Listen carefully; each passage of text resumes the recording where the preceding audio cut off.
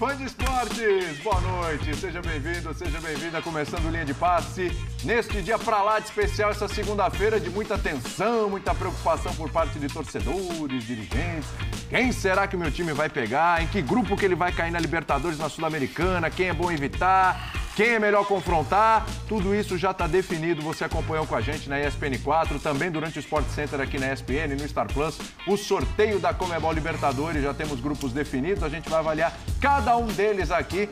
Fluminense pegou uma pedreira, hein? Grupinho complicado do Fluminense e a gente vai analisar todos os outros. Lembrando, Conmebol Libertadores e Conmebol Sul-Americana aqui com os nossos craques da opinião. Temos o Paulo Calçade, Jean Oddi, Vitor Birner e também o Pedro Ivo Almeida. Então, a partir de agora, participe com a gente vai grupo a grupo destrinchando as equipes brasileiras aí, suas dificuldades, né? Muita gente querendo fugir do Atlético Mineiro, que vinha do pote 4, caiu no grupo ali com o Atlético Paranaense. Teremos o confronto dos Atléticos aí, entre uns dos confrontos que a gente está analisando aqui. Vamos começar com o grupo A, o grupo do atual campeão, né? O grupo do Flamengo, olha só. O Flamengo vai enfrentar o Racing, que recentemente eliminou o Flamengo numa Conmebol Libertadores, oitavas de final, quando o Rogério Ceni tinha acabado de chegar, tinha acabado de assumir o Flamengo, e aí o Flamengo acabou sendo eliminado nos pênaltis no Maracanã. Terá o Alcas e o Nublense. Jean Oddi, boa noite. Grupinho bem acessível aí para o Flamengo, o Racing aí, talvez pela tradição, peso da camisa e tal, etc., o adversário mais complicado. Tudo bem, gente? Tudo bom? Boa noite, William, boa noite, companheiros. Pois é, né? Acho que o sorteio começou, o torcedor do Flamengo talvez tenha ficado tenso, né? O Racing de cara falou, opa, o que vem por aí, né? O adversário talvez não pudesse ser, né, mais complicado se você olhar para o fato de que não podia ter brasileiros no grupo do Flamengo, do pote 2. Aí veio o Racing. Só que depois, em compensação, vieram, né, dois times ali muito tranquilos. Então, você já praticamente começa o grupo com a certeza de quais serão os dois classificados. Sim. Eu acho que... Até com favoritismo para o Flamengo ser o primeiro. Favoritismo, sem dúvida, para o Flamengo ser o primeiro. Eu acho que, assim, Flamengo e Palmeiras foram os dois times, talvez, com os grupos mais acessíveis. O do Internacional também, mas acho que Flamengo e Palmeiras, talvez, os dois mais acessíveis.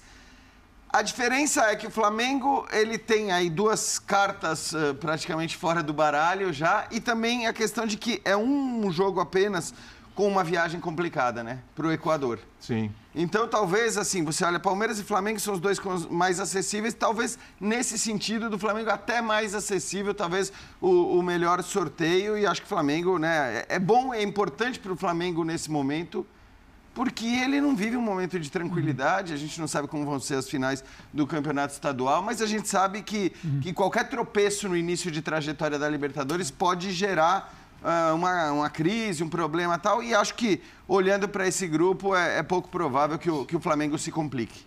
Foi um bom ponto que você tocou, porque é um time que está se acertando ainda com algumas dúvidas com relação ao que o Vitor Pereira tem feito.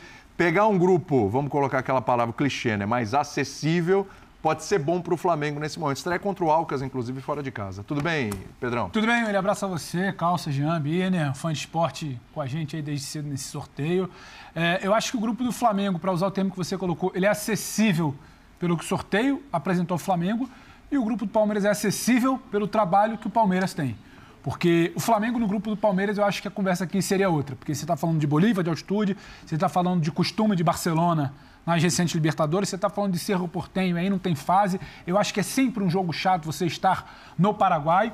Então, eu separaria por aí. Eu acho que o Flamengo é interessante porque não vem jogando a bola que a gente imagina, a bola que a gente projeta, a bola que a gente acredita que esse time possa jogar. Mas quando você olha ali a tabela, com todo respeito, sempre falo com todo respeito, ele quase sempre antecede. Quando você fala com todo respeito, já mostra que não tem muito respeito. O Alcas, quando você olha para o Flamengo, é um time fraco, e o Nublense, quando você olha para o Flamengo, é o pior ranqueado da Libertadores ali no sorteio, então também é um time fraco, então não tem desculpa. Não tem teoria que a gente possa, sabe, estabelecer aqui para falar, olha, precisa ter um... Aí é querer, sabe, é querer ser mais realista que o Rei. O grupo do Flamengo é acessível.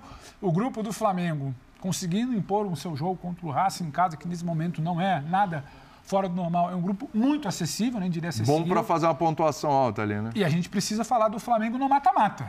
Se alguém começa a falar, não, mas se o Flamengo, não, mas se não sei o quê, mas se a troca... Não, é o Flamengo, ainda é o elenco mais estrelado do Brasil.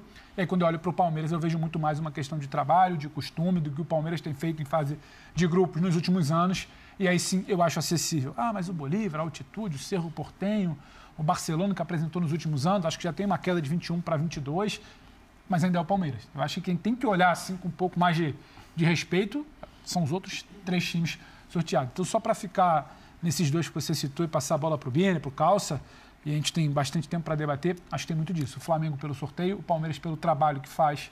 São grupos acessíveis. Acho que o Inter tivesse jogando mais bola, também teria um grupo bastante acessível. Só não que é o Inter, que não é complicado. sólido e ainda tenta se encontrar, você não pode descartar um confronto ali contra o Nacional, algo muito pesado. Metropolitano Independente de Medellín, acho que talvez no pacote não é dos piores sonhos que o dirigente do Inter, a torcida do Inter e o elenco do Inter poderia pensar, mas falta ainda talvez a gente enxergar um pouco mais de futebol, de bola, enxergar talvez, para pegar o exemplo de ontem, que eu não achei um momento ali do primeiro tempo, essa tragédia toda, apesar da eliminação, falta enxergar um pouco mais disso para a gente falar que pode ser um grupo interessante também. Lembrando que Flamengo e Palmeiras estão envolvidos ainda nas decisões dos estaduais. Você citou o Inter não queria estar fora, mas está fora, então agora foco ali, nesse momento, na Libertadores. Já passo a bola para o Birner e para o Calçade, porque o Marcos Braz conversou com a nossa equipe, com o André Plihal, também com o Cícero, e a gente vai ouvir o dirigente do Flamengo. Vamos lá. Marcos Braz, Flamengo, Aucas do Equador, Nublense do Chile. Nublense e Racing da Argentina. Eu acho que o Flamengo não pode reclamar de sorteio.